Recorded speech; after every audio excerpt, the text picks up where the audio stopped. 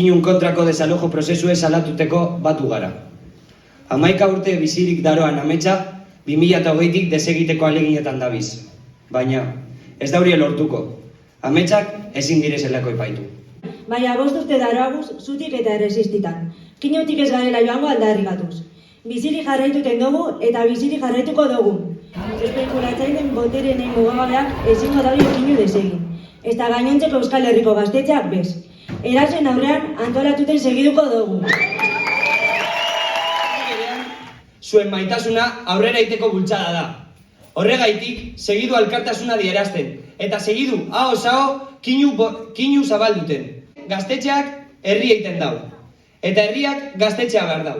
Espazio honik gure ametsak diren heinean, gure mezua Espainetan aukingo dugu. Ametsak ezin direzela epaitu, argi eukin aurte, oiukatzen jarraituko dugu. Gora okupazioa! Gora autogestioa! Eta gora kinu!